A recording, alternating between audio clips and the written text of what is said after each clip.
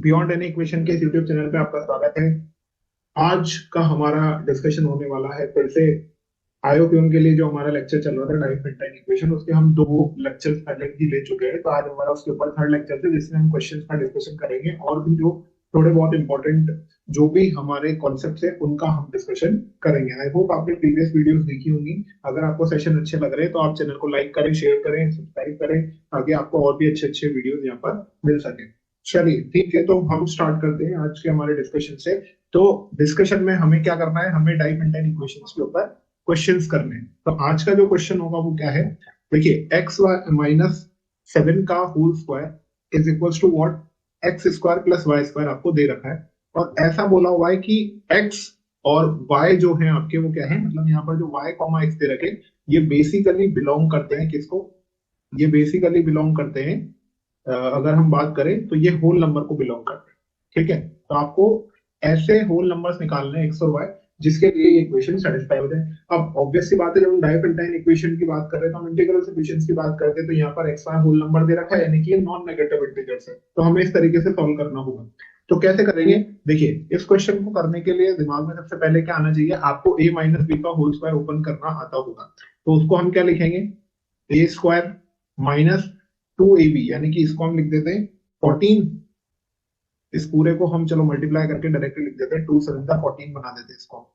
Minus का 14x y और plus कितना हो जाएगा, प्लस का 49। ये किसके इक्वल होगा, this is equal to x square plus y square, है ना। अब जो मैंने आपको सिखाया था कि चलो फैक्टराइजेशन वगैरह करके कुछ ना कुछ हम इसको सॉल्व करने का ट्राई करेंगे, तो वैसे ही हम इसको करते हैं। अब देखो यहाँ हम क्या लिख सकते हैं ना, अगर आप ध्यान से देखो तो ये क्या हो जाएगा, x square minus sorry x square into y square. अच्छा, यहाँ मैं ऐसा लिख सकता हूँ क्या, देखो यहाँ आपके पास 14xy लिखा हुआ है, तो अगर मैं इसको -12xy लिख दूं तो कोई परेशानी, और इसको हम 49 ही रहने देते हैं और this is equal to x square plus y square, बिल्कुल लिख सकते हैं। तो यहां से मैं इसको ऐसे लिख सकता हूँ क्या, देखो x square y square minus का 12xy, इसको हम लिख देते हैं। अच्छा, अब थोड़ा सा और सोचो, देखो ये जो 49 लिखा हुआ है ना, इसको मैं ऐसे कन्वर्ट करूंगा 36 प्लस 13, और इसको मैं लिख देता हूँ x square plus y square plus 2xy, यानी जो प्लस 2xy है ना उसको तो उधर लेकर के चला गया, और माइनस और जो यहाँ पर 49 है उसको मैंने क्या लिख दिया 36 इंटू 13। ऐसा क्यों किया गया अभी समझ में आ जाएगा। देखो इसको आप ध्यान से देखो, ये जो लिखा हुआ है ये बेसिक सी बात है, एक्स वाई माइनस 6 का होल स्क्वायर है प्लस 13 यहाँ लिखा हुआ है, और ये कितना बना हुआ है, ये बना हुआ है एक्स प्लस वाई का होल स्क्वायर। तो अब आपको यहाँ पर दिख रहा होगा कि हम इसको फिर से फैक्टराइज कर सकते हैं, है ना। कैसे फैक्टराइज करेंगे भाई, मुझे बताता हूँ, मैं इसको ऐसे लिख दूं क्या, 13 is equal to x plus y का whole square minus x y minus 6 का होल स्क्वायर। तो again a square minus b square का फॉर्मूला बनेगा, यानी आप 13 को क्या लिख सकते हो, इसको आप लिख सकते हो x plus y minus x y plus 6, और क्या लिख सकते हो x y x plus y लिखो इसको। ठीक है, इसको हम क्या लिख सकते हैं, इसको हम लिख सकते हैं एक्स प्लस वाई माइनस, अब देखो यहाँ पर इसको अपन डायरेक्टली माइनस के साथ ही ओपन कर देते, तो एक तो x plus y minus x y plus 6 हो जाएगा, और एक हो जाएगा प्लस एक्स वाई और माइनस का 6। तो ये हमने इसके दो फैक्टर्स कर लिया। अब अगेन 13 को हम कैसे फैक्टराइज कर सकते हैं भाई, 13 इंटू 1 हो सकता है, -1 इंटू -13 हो सकता है ना। तो उसी तरीके से हम चलाएंगे। अब मुझे एक बात बताओ, अगर मैं इसको ऐसे लिख रहा हूं तो ऐसा लिख दू x plus y minus x y plus 6 13 के इक्वल हो सकता है ना। और क्या लिख सकते हैं x plus y plus x y, ठीक है। और यहां से हम क्या लिख सकते हैं माइनस का 6, this could be equal to 1। तो एक तो हमने ऐसे फैक्टराइज कर दिया। आप अगर इसको सॉल्व करेंगे तो देखो x प्लस वाई की जो जनरल वैल्यू आ रही है वो आपके पास कितनी आ जाएगी भाई, ये आपके पास निकल करके आएगी 40/2। क्यों, क्योंकि ये 2x 2y बनेगा, तो यहां से आ जाएगी 7, यानी कि x प्लस वाई की वैल्यू एक तो 7 आ चुकी है। बात समझ में आई मेरी, बताइए x प्लस वाई कितना आ चुका है, x प्लस वाई आपके पास आ चुका है 7। चलो एक चीज और कर लेते हैं, है ना। अब इसको हम अलग अलग तरीके से फैक्टराइज करके लिख देते हैं।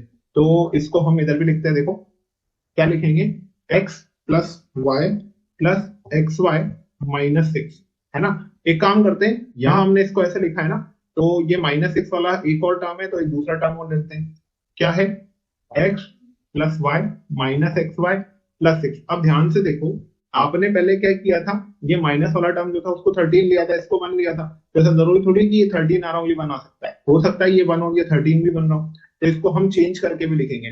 ठीक है, यहाँ माइनस वाले के साथ 1 लिख देते हैं और इसके साथ 13 लिख देते हैं। अगेन आप इसको फिर से सॉल्व करो। आप फिर से सॉल्व करोगे तो यहाँ से फिर से एक्स प्लस वाई कितना आ रहा होगा, अगेन 7 निकल करके आ रहा होगा। चलिए, आपने पॉजिटिव में इसको फैक्टराइज किया, नेगेटिव में भी करो। तो ये x plus y minus six equal to कितना हो जाना चाहिए, -13। यहाँ से x plus y minus x y plus कितना हो जाना चाहिए, ये हो जाना चाहिए -1। आप यहाँ से इसको सॉल्व करेंगे तो देखो एक्स प्लस वाई की वैल्यू कितनी आएगी, ये आएगी -7, है ना। इसी तरीके से आप इसको देखो, x plus y plus x y -6, और यहाँ कितना आएगा, x plus y minus x y +6। अच्छा, इसकी वैल्यू को अब हम -1 ले लेते हैं, इसकी वैल्यू को हम -13 ले सकते हैं, है ना। यही किया था अभी तक हमने, फैक्टराइजेशन इसी तरीके से करते हैं और इनको इक्वल करते हैं, यानी कि कंपेयर करते हैं। तो अगेन इसकी वैल्यू कितनी आ जाएगी, इसकी वैल्यू आ जाएगी -7। अब आप ध्यान से एक चीज सोचिए, आपको क्या निकालना है, आपको एक्स और वाई निकाल करके लाना है। तो मुझे एक बात बताओ, देखो अपन ने क्या किया था, यहाँ से x plus y minus x y plus x equal to 13 लिखा था। तो मैं क्या ऐसा कर सकता हूँ, क्या मैं इसको ऐसे लिख सकता हूँ, देखो यहाँ से अगर आप इस इक्वेशन को देखो, मैं थोड़ी देर के लिए इसको ले लेता हूँ। तो यहाँ क्या लिखा हुआ है, x plus y plus x y -6 is equal to 13 आ रहा है। तो मुझे क्या बताओ, अगर एक्स प्लस वाई की वैल्यू यहाँ रख दूं तो कितना बनेगा, 7 plus x y -6 is equal to कितना बनेगा भाई, 13 बनेगा। यानी यहाँ से जो एक्स वाई की value, this is equal to what, this is equal to कितनी आएगी, ध्यान से देखो, ये 13 है तो ये कितना बन जाएगा, 12। यानी एक्स इंटू वाई कितना बन रहा है, 12 बन रहा है। तो यहाँ से आपको एक चीज समझ में आ रही है कि एक्स प्लस वाई की वैल्यू 7 है और एक्स इंटू वाई 13 है। तो ये किस केस में पॉसिबल है, जब x और y को हम कैसे लिख सकते हैं, x इक्वल्स टू 3 हो, y इक्वल्स टू 4 हो, या फिर ऐसा हो सकता हो कि x इक्वल्स टू 4 हो और y इक्वल्स टू 3 हो। तो मतलब दो सॉल्यूशन तो हमने ये निकाल लिए, है ना। फर्दर हम इसको और सॉल्व करते हैं, देखो कैसे सॉल्व करेंगे। आपके पास अभी भी क्या लिखा हुआ है, अभी भी x plus y equals to एक -7 भी तो है। x plus y equals to -7 अगर दे रखा है तो उससे भी हम सॉल्व करके देखते हैं। देखो x plus y equals to अगर -7 रखा हुआ है ना, तो इसको हम किसी ना किसी इक्वेशन में रखते हैं। देखो कैसे रखेंगे, किसी भी इक्वेशन में रख करके देख लो क्या बन रहा है। अगर आप x प्लस वाई टू -7 यहाँ रखोगे तो देखो -7 -6, तो यहाँ से हो रहा है बिल्कुल सेटिस्फाई, इसी इक्वेशन में रख दो। ये x plus y plus x y -6 equal to 13 रखा हुआ है ना, तो यहाँ रख करके देखो, यहाँ आएगा -7 प्लस का x y -6 is equal to, ये आ जाएगी 13। तो ये -13 बन रहा है भाई, है ना। तो ये माइनस का 13 उधर जाकर के बनेगा 26, है ना। और 26 अगर ये बनेगा तो देखो क्या ये सेटिस्फाई होगा, भाई सीधी सी बात है। अगर यहाँ पर x plus y equals to -7 हमने यहाँ रख दिया, अच्छा ओके ओके ओके, देखो इससे हमने सॉल्व किया ना, तो एक काम करते हैं, इसको -13 बनाते हैं, क्योंकि हम ये वाली इक्वेशन ले रहे हैं, क्योंकि ये जो हमने वैल्यू निकाली इससे निकाली, यानी ये -13 हो गया। तो यहाँ से एक्स वाई की वैल्यू कितनी आ रही है भाई, 0 आ रही है। अच्छा, अगर x इंटू वाई कितना हो, x इंटू वाई आपके पास 0 हो और x प्लस वाई की वैल्यू -7, तो क्या ऐसी कोई वैल्यू बन सकती है भाई जिससे ये -7 बन रहा हो, ये 0 बन रहा हो, तो ऑब्वियस सी बात है बन सकती है। क्या बनेगी, मुझे एक बात बताओ, अगर x प्लस वाई -7 बन जाए और ये बन जाए आपका 0, तो हम यहाँ से ऐसा कह सकते हैं क्या कि देखो x को अगर हम -7 ले लें और y को हम 0 ले लें, तो क्या वो वैल्यू सेटिस्फाई करेगी, क्या वो वैल्यू सेटिस्फाई करेगी भाई। देखो यहाँ से अगर मैं बोल दूं x को -7 ले लेते हैं और y को 0 ले लेते हैं, तो ऑब्वियस सी बात है -7 + 0 -7 तो बन रहा है। या फिर हम ऐसा कहते हैं कि हम y को -7 ले लेते हैं और x को 0 ले लेते हैं, क्या ये वैल्यू सेटिस्फाई करेगी, नहीं करेगी। क्यों, क्योंकि हमसे ऐसा बोला है x और y होल नंबर से, अगर होल नंबर से तो ये सोल्यूशन तो वहीं कैंसिल आउट हो जाएगा, यानी हम इसको भी नहीं ले पाएंगे। तो हम फिर से अब कुछ ना कुछ और करते हैं। देखो यहाँ क्या लिखा हुआ है, x plus y equals to -7 है। अब अगर ये x plus y equals to -7 अगर हम इसके अंदर रख के देखेंगे, तो -7 और ये उधर जाकर के कुछ ना कुछ तो बनेगा, है ना। तो एक काम करते हैं, देखो -7 अगर आपने यहाँ रखा तो -7 और -6 -13 उधर जाकर के कितना बनेगा, +12। और +12 वाली कंडीशन तो हम पहले ही सॉल्व कर चुके हैं, यानी यहाँ पर भी हमें नहीं लेनी। तो एक काम करते हैं, x plus y equals to -7 लिखा हुआ है ना, तो इसको आप किधर रखें, काम करते हैं, इसको हम रख करके देख लेते हैं। देखो इसमें रखते हैं, अगर x प्लस वाई -7 यहाँ रखेंगे तो देखो -7 और +6 कितना हो जाएगा, -7 और +6 आपके पास कितना बनेगा भाई, अगेन वही इक्वेशन आ जाएगी, क्योंकि ये -7 बन रहे हैं ना, तो इनमें से किसी ना किसी एक नंबर को तो ये होना पड़ेगा, यानी कि -7 रखने से हमारा काम चल नहीं रहा है, क्योंकि उसमें हमें होल नंबर्स के सोल्यूशन नहीं मिल रहे हैं। तो हम एक काम करते हैं, x plus y equal to 7 है, इसको एक और इक्वेशन में रख के देखते हैं। अगर इस इक्वेशन में आप रखोगे तो 7 + 6 13, और अगेन वही 12 कंडीशन बनेगी, तो फिर से वही बनेगा। और कहां पर रख करके देख सकते हैं, देखो अगर आपने इसको यहाँ पर रख दिया, x plus y is equal to 7, 7 और 6 कितने होते हैं 13, अगेन फिर से वही कंडीशन बनेगी। तो यहाँ से 7 और 6 फिर से 13, फिर से वही कंडीशन बनेगी।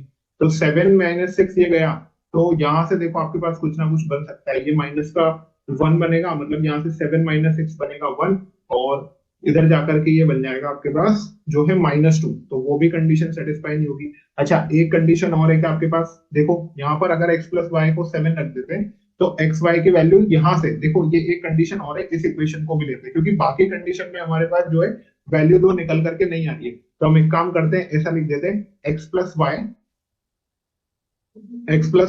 Minus x y plus 6, x plus y minus x y plus 6 is equal to 13।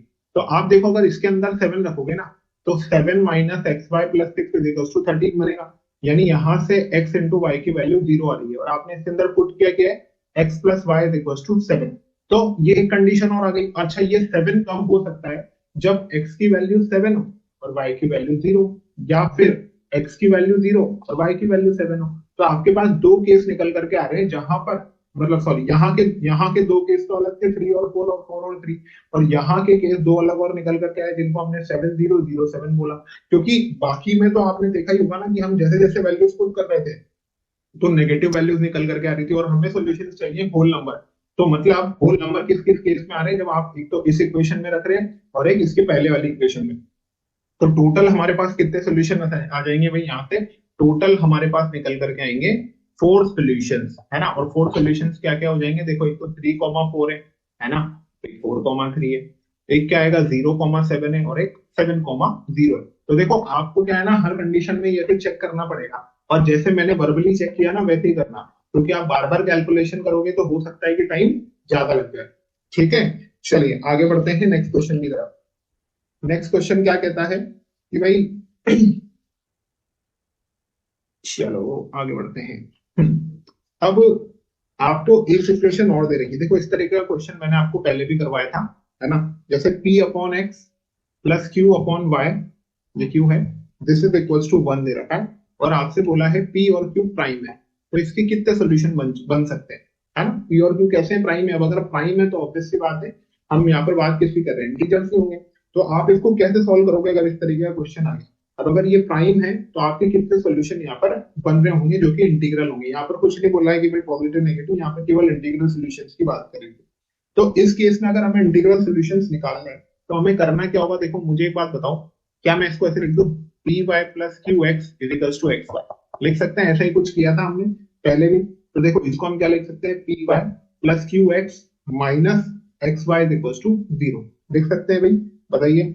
अब यहां से अगर ये पी वाई है और यहाँ से एक्स कॉमन ले लूंगा, तो ये क्या बनेगा, q minus y equals to 0, बन ही रहा है, ऑब्वियस सी बात है। तो यहां से अब मुझे बात बताओ, देखो इसको भी तो फैक्टराइज करना होगा ना, जैसे यहाँ क्यू माइनस वाई है तो यहाँ पर भी हम कुछ ना कुछ बना देते हैं। तो मुझे एक बात बताओ, मैं इसमें ऐसा कर दूं क्या, minus P Q plus P Q कर देता हूँ, और यहाँ से प्लस एक्स इंटू क्या लिख देते हैं, क्यू माइनस वाई लिख देते हैं, दिस इज इक्वल्स टू 0। आप फर्दर इसको सॉल्व करेंगे तो देखो इसमें से क्या कॉमन ले सकते हैं, क्योंकि आपको क्यू माइनस वाई या वाई माइनस क्यू कुछ ना कुछ तो बनाना पड़ेगा।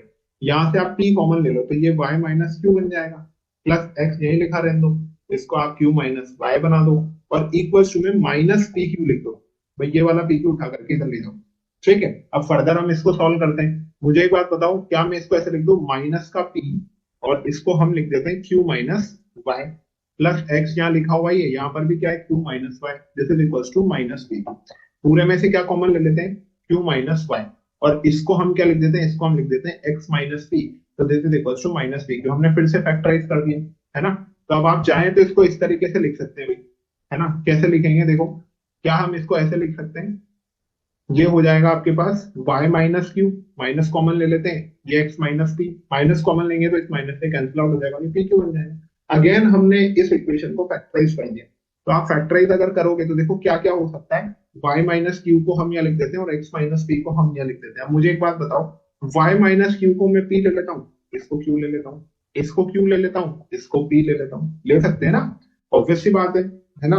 और ये प्राइम नंबर है भाई, ठीक है, तो हम इनको नेगेटिव में नहीं ले रहे हैं, पॉजिटिव में रख रहे हैं, तो यहाँ पर हम इसको 1 लिख देते हैं, इसको पी क्यू लिख देते हैं, इसको पी क्यू लिख देते हैं और इसको 1 लिख सकते हैं, है ना। तो अब आप क्या करोगे, अब यहाँ से आप इनको सॉल्व करोगे, सॉल्व करके निकालोगे भाई क्या क्या वैल्यूज आ रही है, तो एक्स वाई और इसको अब हम सॉल्व करना शुरू करते हैं।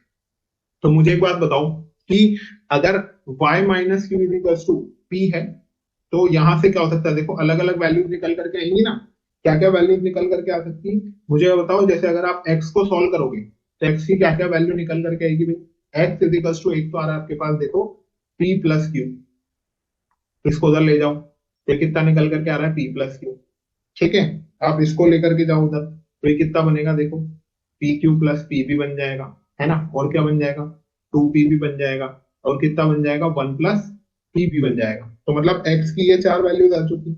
इसी तरीके से आप वाई को भी सॉल्व करो, जैसे ही आप वाई को सॉल्व करोगे तो देखो वाई की क्या क्या वैल्यूज निकल करके आएगी, वाई भी सेम इसी तरीके से आएगा, देखो पी प्लस क्यू आ जाएगा, क्यू, है ना, पी प्लस क्यू आ जाएगा, टू क्यू आ जाएगा, और क्या निकल करके आएगा, वन प्लस क्यू निकल करके आ जाएगा, और क्यू पी प्लस क्यू निकल करके आ जाएगा। तो मतलब x की भी चार वैल्यू थे और y की भी चार वैल्यू थे, ऑब्वियस सी बात है भाई। आप y की जो यहाँ से वैल्यू निकालोगे उसके लिए x की वैल्यू आएगी, y की जो यहाँ से वैल्यू निकालोगे उसके लिए x की वैल्यू आएगी, y की यहाँ से जो वैल्यू निकालोगे उसके लिए x की वैल्यू आएगी, सिमिलरली y की जो वैल्यू यहाँ से निकालोगे उसके लिए x की वैल्यू आएगी। तो टोटल चार वैल्यूज आपके पास निकल कर आएगी जो कि x y के पेयर होंगे, तो टोटल 4 सॉल्यूशंस आ जाएंगे। आगे बात समझ में। तो इस तरीके से हमें क्या करना है, हमें इन डाइफेंटाइन इक्वेशन के क्वेश्चन को जो है सॉल्व करना होगा। आई होप आपको चीज समझ में आ रही होगी भाई, आपको मेथड समझ में आ रही होगी भाई, हम कैसे इसको सॉल्व कर रहे हैं, ठीक है। चलिए आगे बढ़ते हैं नेक्स्ट क्वेश्चन की तरफ। अगर आपको सेशन अच्छा लग रहा हो तो भाई आप वीडियो को लाइक करें, शेयर करें, सब्सक्राइब करें, ताकि आपको इस तरह और भी अच्छे अच्छे वीडियो जो है वो मिल सके, ठीक है। चलिए आगे बढ़ते हैं। देखिए अब एक कॉन्सेप्ट और समझिए, किस तरीके के क्वेश्चन और बन सकते हैं ना। जैसे मान लो, लेट्स सपोज आपके पास, मान लो लेट्स सपोज आपके सामने क्या आ चुका है, जैसे एक इक्वेशन इस तरीके की आई, x square minus y square is equals to n. मैं आपको इसका शॉर्ट तरीका भी बताऊं, लिमिट डाइफ एंड टाइम काइंड ऑफ है, यहाँ से भी आपसे पूछ सकते हैं कि इसके पॉजिटिव इंटीग्रल सोल्यूशन निकालने, क्या निकालने, पॉजिटिव इंटीग्रल सोल्यूशन, ठीक है। अब एक चीज समझिए, ये टाइप ऑफ द क्वेश्चन है, यानी कि यहाँ पर आपको इसके पॉजिटिव इंटीग्रल सोल्यूशन निकालने, तो मैं आपको केसेस बता सकता हूँ, देखो कैसे कैसे केसेस से आप इन क्वेश्चन को सॉल्व कर सकते हैं। जैसे मान लो n इक्वल्स टू आपके सामने आ गया ऑड, है ना। अब इसको समझना भाई, एक काम करते हैं, इसको क्वेश्चन के फॉर्म में नहीं करते, हम इसको केस के फॉर्म में करते हैं। केस नंबर 1 लिख देते हैं, जब n क्या है, n हमारे पास ऑड। अब अगर n ऑड है तो मैं इसके पॉजिटिव इंटीग्रल सॉल्यूशंस कैसे निकाल सकता हूँ ना, वो समझिए। जैसे मान लीजिए, लेट्स सपोज मैंने आपको एक एग्जांपल के लिए दिया कि x square minus y square is equal to, एक काम करते हैं अपन लेते हैं 21, तो ये एक ऑड नंबर है ना 21। तो मुझे एक बात बताओ, मैं इसको ऐसे लिख सकता हूँ क्या, देखो x plus y into x minus y, this could be equal to what 21, ये ऐसा होगा। अब मुझे बताओ, अब मुझे इन फैक्टराइजेशन को सॉल्व करना तो आता ही है, क्योंकि मैं 21 के कैसे कैसे पेयर बना सकता हूँ, 21 को मैं 3 इंटू 7 लिख सकता हूँ, माइनस 3 इंटू माइनस 7 भी लिख सकता हूँ, लिख सकते हैं। तो देखो केस बनाते हैं, एक काम कर लेते हैं कि x प्लस वाई को हम 7 ले लेते हैं और x माइनस वाई को हम 3 ले लेते हैं। तो जैसे ही आप सॉल्व करोगे तो wise of x is equal to 10, यानी कि x की वैल्यू 5 आ जाएगी। अब अगर x की वैल्यू 5 किसी में भी रख दोगे तो ऑब्वियस सी बात है y की वैल्यू 2 निकल करके आएगी, मतलब ये पहला सोल्यूशन हो चुका। इसी तरीके से अब हम क्या करते हैं, देखो मैं यहाँ लिख देता हूँ, है ना। इसी तरीके से अब हम क्या करते हैं कि let's suppose x plus y की वैल्यू 3 है और x माइनस वाई की वैल्यू 7 है। अब ऑब्वियस सी बात है, आप इसको सॉल्व करोगे तो एक वैल्यू नेगेटिव आएगी, तो यहाँ से 2x का वैल्यू 10 आ रहा है, यानी कि x की वैल्यू तो 5 आ ही जाएगी, लेकिन आप देखोगे कि y की वैल्यू -2 आएगी, तो ये तो सेटिस्फाई नहीं होगी, ये सोल्यूशन नहीं हो सकता, क्योंकि उसने पॉजिटिव इंटीग्रल सोल्यूशन की बात करी। इसी तरीके से एक काम करते हैं कि let's suppose x plus y is equal to -3 है और x minus y is equal to -7 है। तो देखो अगेन ये केस भी रिजेक्ट करना पड़ेगा, क्योंकि x की वैल्यू नेगेटिव आ जाएगी, है ना। इसी तरीके से अगर x plus y is equal to -7 है ना, और x minus y is equal to -3 है, तो ये केस भी रिजेक्ट हो जाएगा, है ना, होगा कि नहीं होगा, ठीक है। तो यहां से क्या हो जाएगा, यहां से ये केस भी आपका जो है पूरी तरीके से रिजेक्ट हो जाएगा। आगे बात समझ में। बताइए भाई, क्लियर है आपको ये चीज?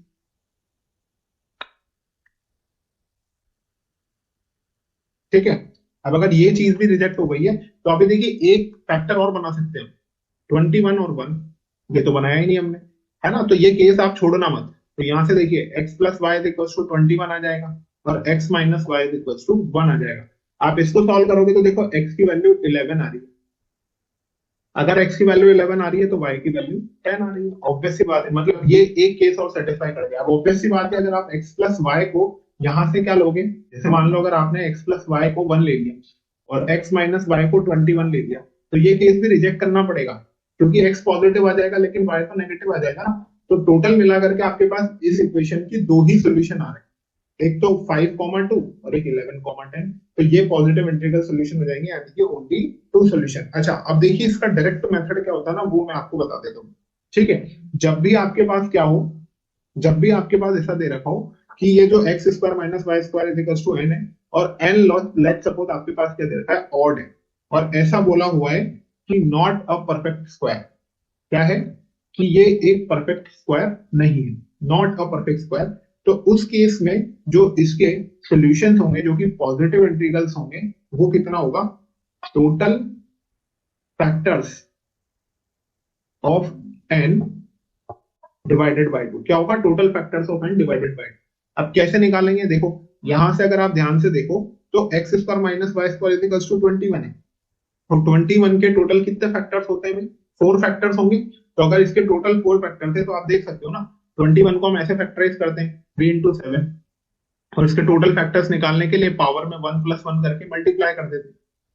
तो आप करोगे तो टोटल 4 फैक्टर्स आ रहे हैं। तो यहाँ से देखो टोटल फैक्टर्स कितने हो जाएंगे, 4/2 यानी कि 2। तो यानी कि जो उसके टोटल सोल्यूशन आएंगे वो 2 आएंगे।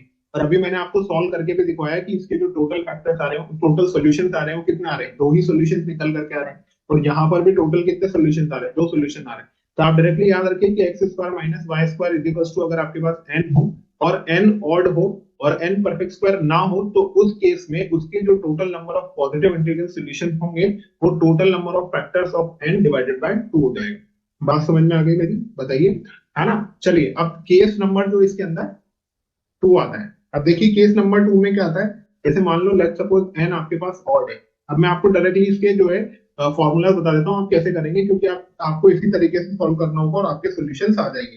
ठीक है, जैसे मान लो एन ऑड है और एन क्या है, परफेक्ट स्क्वायर। क्या है एन, एन एक परफेक्ट स्क्वायर। तो उस केस में जो इसके टोटल नंबर ऑफ सॉल्यूशंस निकल करके आएंगे, वो टोटल नंबर ऑफ सॉल्यूशंस आ जाएंगे आपके पास, टोटल फैक्टर्स क्या होगा, टोटल फैक्टर्स -1 डिवाइडेड बाय 2। तो आप टोटल फैक्टर्स -1 डिवाइडेड बाय 2। तो जैसे मान लो आपके पास इसके ऊपर एक क्वेश्चन आ गया कि उसने ऐसे लिख दिया x square minus y square is equal to 121। तो आप फिर से इसको 121 इंटू 1 लिखोगे, -121 इंटू -1 लिखोगे, 11 इंटू 11 लिखोगे, -11 इंटू 11 लिखोगे, केसेस बनाओगे 4 और फिर सॉल्व करोगे। तो उससे अच्छा ये कि आप डायरेक्टली इसको याद रखो, है ना? जो कि हमने जो प्रीवियस में उसमें सॉल्व करके देख लिया कि कैसे फैक्टर्स निकालने हैं। तो यहाँ पर एन ऑड है और एक परफेक्ट स्क्वायर है, तो इस केस में जो इसके टोटल नंबर ऑफ सॉल्यूशंस निकल करके आएंगे वो क्या होंगे, इसके टोटल फैक्टर्स -1 डिवाइडेड बाय 2। तो आप 11 यहाँ पर 121 के अगर टोटल फैक्टर्स निकालोगे तो ये 11 की पावर स्क्वायर है, यानी यहाँ से 2 + 1 यानी कि इसके टोटल 3 फैक्टर्स आ रहे होंगे, 1, 11 और 121। तो इसके टोटल नंबर ऑफ सॉल्यूशंस कितने हो जाएंगे भाई, इसके टोटल नंबर ऑफ सॉल्यूशंस होंगे total factors of 121 -1 divided by 2, यानी कि इसका एक ही सॉल्यूशन निकल करके आएगा। आगे बात समझ में? तो इसके जो पॉजिटिव इंटीग्रल सॉल्यूशंस होंगे वो कितने हो जाएंगे, इस तरीके से निकाल लेंगे। तो ये तो वो केस हुआ जिस केस में हमने n को ऑड लिया। अब n अगर ऑड है, परफेक्ट स्क्वायर नहीं है, तो उस केस में टोटल सॉल्यूशंस क्या है, इसके total number of factors of n divided by 2। अगर n ऑड है और यहाँ से ये परफेक्ट स्क्वायर है, तो इसके total number of positive integral solutions कितने हो जाएंगे, total factors of n -1 divided by 2। तो आपको क्या करना है, आपको ये दो फॉर्मूलाज लर्न कर लेने, आपको याद होने चाहिए ये, क्योंकि अगर आपको ये याद होंगे तो आपका काम आसान हो जाएगा, नहीं याद होंगे तो आपको बैठा रहना पड़ेगा, थोड़ी सी दिक्कत हो जाएगी, है ना? तो ये फॉर्मूला आप याद रखें, एक तो ये वाला और एक ये वाला, तो ये दोनों केस आपको याद होने चाहिए। ठीक है, चलिए आगे बढ़ते हैं। नेक्स्ट इसी में देखिए, देखिए अभी हमने डिस्कशन करा कि जब ये क्या हो, ऑड हो। अब ऐसा जरूरी है थोड़ी है कि हमेशा ऑड ही, इवन भी तो हो सकता है। तो उस केस में क्या है, इसका केस नंबर 3 देख लीजिए। केस नंबर 3 में क्या है कि n आपके पास क्या हो, n इवन आ गया हो, but not a perfect square. क्या हो, नॉट अ परफेक्ट स्क्वायर, मतलब n इवन तो है लेकिन परफेक्ट स्क्वायर नहीं है। जैसे, तो अब इस केस में आपके पास जो टोटल नंबर ऑफ सॉल्यूशंस आएंगे वो कितने होंगे, देखो सॉल्यूशंस का ध्यान रखना, solutions is equal to what, total number of factors. अच्छा ये याद रखना, हम पॉजिटिव इंटीग्रल सॉल्यूशंस की बात कर रहे हैं, total number of factors of n by 4, यानी n बाय 4 के जितने टोटल नंबर ऑफ फैक्टर्स होंगे वो डिवाइडेड बाय क्या कर देंगे हम, 2 लिख देंगे। ठीक है, जैसे मान लो आपको एक क्वेश्चन दे दिया मैंने, x square minus y square is equal to 160। अब मैं आपसे कह रहा हूं इसके टोटल पॉजिटिव इंटीग्रल सॉल्यूशंस कितने होंगे, टोटल पॉजिटिव इंटीग्रल सॉल्यूशंस कितने होंगे। तो अब बार बार इसको सॉल्व करने मत बैठ जाना, डायरेक्टली यहाँ पर एक अप्रोच लगाना। क्या अप्रोच लगा सकते हैं कि भाई सर इसके जो टोटल नंबर ऑफ सॉल्यूशंस होंगे वो कितने होंगे, जो पॉजिटिव इंटीग्रल होंगे वो क्या हो जाएंगे, total number of factors of n by 4 divided by 2। तो यहाँ से n बाय 4 निकालते हैं, तो 160 डिवाइडेड बाय 4 तो कितना हो जाएगा, देखो 40 हो जाएगा ना। तो आपको क्या करना है, 40 के टोटल नंबर ऑफ फैक्टर्स निकालना है और सोल्यूशन निकाल लेना है। तो एक काम करते हैं, अब हम 40 के टोटल नंबर ऑफ जो है फैक्टर्स निकालते हैं, कितने होंगे। तो देखो 40 को हम कितना लिखते हैं, 2 की पावर 3 इंटू 5, है ना, 5 8 40 होता है। तो इसके सॉल्यूशंस कितने होंगे, देखो 4 इंटू 2 यानी कि 8 नंबर ऑफ टोटल सॉल्यूशंस होंगे, इनकी पावर में +1 लगा के इंटू 2 कर देंगे। तो इस केस में जो इसके टोटल सॉल्यूशंस निकल करके आएंगे वो नंबर ऑफ सॉल्यूशंस कितने होंगे भाई, total number of factors of n by 4 वो कितने, 8, और उसको कैसे डिवाइड कर देंगे 2, यानी कि इसके जो सॉल्यूशंस होंगे नंबर ऑफ सॉल्यूशंस वो आ जाएंगे 4। अगर आपसे पूछते हैं कि सॉल्यूशंस निकालो तब तो आपको सॉल्व करना ही ऑब्वियस सी बात है, जो हमने फैक्टराइजेशन टेक्निक यूज करी है उससे। अदरवाइज अगर केवल आपसे पूछ रहे हैं कि टोटल नंबर ऑफ जो इसके पॉजिटिव इंटीग्रल सॉल्यूशंस कितने होंगे, तो आप यही करें कि n बाय 4 के फैक्टर्स निकालें, उसको 2 से डिवाइड कर लें, तो ये आपके सॉल्यूशंस हो जाएंगे। मैंने निकाल करके बता ही दिए किस तरीके से निकालना। ठीक है, इसी तरीके से इसके अंदर लेट्स सपोज जैसे मान लो n इवन हो, है ना, ये हमारा क्या है, ये हमारा है केस नंबर 4। n कैसा हो, n इवन हो, n क्या हो, and this should be a perfect square। n कैसा हो, n इवन हो और परफेक्ट स्क्वायर हो। ठीक है, तो इस केस में आपको क्या करना है, जब n इवन हो जाए और परफेक्ट स्क्वायर हो जाए तो यहां पर आपके जो टोटल पॉजिटिव इंटीग्रल सॉल्यूशंस होंगे, those solutions are equals to what, total number of factors, total number of factors of n by 4 -1 divided by 2। ठीक है, जैसे इसको आप इस तरीके से सॉल्व कर लेना, जैसे मान लो आपको लिखा हुआ है x square minus y square is equal to 256। अब आपको दिख रहा है ना ये कि ये जो है आपके पास ये परफेक्ट स्क्वायर है 256, ये इवन भी है, टू परफेक्ट स्क्वायर भी है। तो इस केस में आप क्या करेंगे, पहले n बाय 4 निकालो। तो n बाय 4 कितना है भाई, 256 डिवाइडेड बाय 4, तो ये कितना निकल के आएगा, देखो 64 निकल करके आएगा। तो अब आप यहाँ से देखिए कि आपके पास 64 के जो है टोटल नंबर ऑफ फैक्टर्स कितने हैं। तो आप 64 को कैसे लिखेंगे, देखो ये कितना होता है भाई, 8 8 64 होता है ना, तो 2 की पावर 3 और ये 2 की पावर 6 हो जाएगा, है ना। तो यहाँ से आप देखोगे 6 + 1 यानी कि इसके टोटल नंबर ऑफ फैक्टर्स आ रहे हैं 7। तो यहाँ से जो इसके पॉजिटिव इंटीग्रल सॉल्यूशंस निकल करके आएंगे, दो solutions are basically equals to 7 - 1 divided by 2, यानी कितना हो जाएगा, देखो 6/2, यानी कि टोटल 3 पॉजिटिव इंटीग्रल सॉल्यूशंस निकल करके आ जाएंगे। आगे बात समझ में। तो आपको क्या करना है, आपको ये चीज याद रखनी है, क्या क्या याद रखना है, एक बार हम फिर से रिवाइज कर लेते हैं भाई। क्योंकि देखिए अगर हम स्टार्टिंग से देखें तो स्टार्टिंग से जब हम क्वेश्चंस कर रहे हैं ना, तो देखो हमने उनको फैक्टराइज किया है, फिर उसके बाद हमने केसेस बनाए, फिर हमने सॉल्व किया। जैसे ये वाला क्वेश्चन था, पहले ही क्वेश्चन, इसमें हमें x + y की वैल्यू प्लेस करनी थी, है ना। तो अगर आप उनको जगह जगह प्लेस करेंगे तो ऑब्वियस सी बात है आपको सोल्यूशन देखते हुए चलेंगे कैसे आ रहे हैं कैसे नहीं आ रहे हैं। लेकिन आप ये ध्यान रखना, क्वेश्चन में पूछा गया है, जैसे यहाँ पर x और y के बारे में पूछा था कि ये होल नंबर्स होने चाहिए, तो हमने ऑब्वियस सी बात है नेगेटिव केस रिजेक्ट कर दिए, है ना। इसी तरीके से आप आगे चले, देखो यहाँ पर p और q प्राइम थे, तो हमने फिर से इस वाली कंडीशन को फैक्टराइज किया और सॉल्व कर लिया, तो 4 सॉल्यूशंस आ गए। अब ये वाला केस जहां पर x square minus y square equals to n है, तो ध्यान रखिएगा n ऑड हो, पॉजिटिव इंटीग्रल सॉल्यूशंस आपको निकालने, तो n अगर ऑड हुआ तो उस केस में आपके जो total number of positive integral solutions होंगे वो क्या हो जाएंगे भाई, अगर वो परफेक्ट स्क्वायर नहीं है तो total number of factors of n divided by 2, n odd है, परफेक्ट स्क्वायर है, total number of factors -1 divide by 2 हो जाएंगे। इसी तरीके से अगर एन इवन है तो इवन के केस में हमने क्या कर दिया, अगर परफेक्ट स्क्वायर नहीं है तो total number of factors n/4 divided by 2, और total number of factors n/4 -1 divided by 2 कहाँ करना है, जब n परफेक्ट स्क्वायर हो। देखो इसमें कंफ्यूज नहीं होंगे आप, क्योंकि ये n/4 किस केस में करेंगे, अब आप खुद समझिए।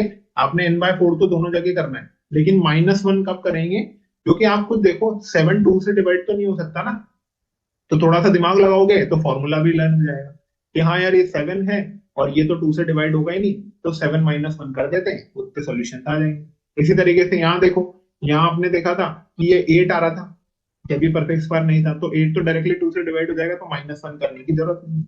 आगे बात समझ में?